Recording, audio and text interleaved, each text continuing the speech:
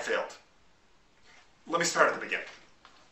I had a client that I was meeting with, and we were going over what's been going on in his business, and he said to me, he goes, Mike, I keep on hearing over and over and over again from people, it's too expensive, it's too expensive, it's too expensive, it's too expensive. And I said, well, what do you do? He says, well, I get frustrated, I walk away, and I just accept it's too expensive.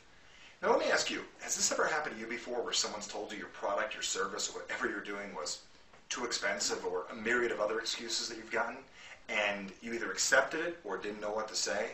Well, after today, I'm going to share with you a very simple technique that you can use right away, and I made some handy little flashcards to remind you how to do a 5-step process that is so simple, how to really diffuse anybody's excuse that they give you and really get to the point at hand, what's really going on, why they're saying what they're saying. Because a lot of times people just give you a blunt thing like it's too expensive or whatever it is, or I can't afford it. But let's focus on it's too expensive for right now.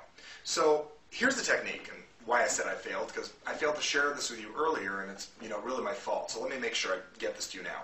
The first thing is, anytime someone says to you anything like it's too expensive, there's typically more to it than that. And if you just accept that, you're missing the real opportunity to connect or really market your product to another person. So when someone says it's too expensive, the first thing you have to do is opposite whatever they'd expect, because they're going to expect you to argue with them. Like, what do you mean it's too expensive? You know how it goes. The first thing you really want to do is step 1, which I call neutralize. See, it says neutralize. Neutralize the response, which means, take the power away from it. So when someone says that's too expensive, the most powerful thing you can ever say is, okay. Let me show you again. Okay. And when you say that, it's not that you're agreeing with them, but in their mind it seems like you're agreeing with them, and you're giving a little validity to their reason. The second thing you do after you neutralize it, I'll give you this, is you confirm what's really, really going on. For instance, when somebody says, that's too expensive, you might want to say, well, is that your only concern with our product? And right there you're finding out what the real major concern is. Because they might say, no, there's 4 other things bothering me. Because wouldn't you like to know in advance if it's not just one thing, if it's 4, 5, 10 reasons? Now you're finding out what it really is. And typically when someone says it's too expensive, you say, okay, and then immediately say, well, is that the only challenge with our product or purchasing this? And they say, well, yeah, that's the only thing bothering me. Right there, they're locking themselves in to walk straight into step 3, which is really to question and uncover. Now, questioning and uncovering, the main portion of this is uncovering, figuring out why they feel that way. Kind of like a therapist asking, well, why do you feel that way? For instance, someone says that's too expensive, and you say, well, what do you mean it's too expensive? What makes you feel that it's too expensive? Well, I don't know, Mike. I think I can get it at Sears cheaper. I saw it there last week. I can just drive to the mall and get it at Sears. And right there you found out is that they can get it at Sears and they can find it a little cheaper. And why would they buy it from you if they can get it from Sears? Got it? Now that leads to the next point. The next thing is what's called the reposition. Now what reposition means is now that we know that the real response is not the one you thought it was earlier. It's not that it's too expensive, it's that they can buy it at Sears. The reposition is one of the coolest techniques you can ever use. And here's where I use, wow, I guess I failed. Now, saying I guess I failed is something they never typically hear. No one wants to admit that they failed, and no one wants to hear you failed. And if they do, they're going to be taken back and you're going to break their pattern a little. So right here at step 4, when they said it's too expensive and they can get it at Sears, you say, wow, I guess I failed.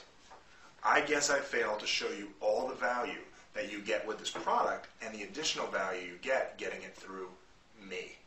And here's the opportunity for you to re-explain this, go through it over and over again until you can share enough value. Because remember, people will buy what they value and they see value in and what they desire to own. Now, when you say I failed to share with you all the benefits of this. Let me take a few minutes and make sure I go over this with you, because there's no way you should be feeling that this is too expensive. Let me make sure I go over this with you, because I don't want to miss out. I don't want to fail you, and I don't want to fail me by you not seeing the real value. Once you start to do this, they're going to open up to hearing the information one more time, and that leads you to step 5. And this is re-asking for the sale based on the real objection.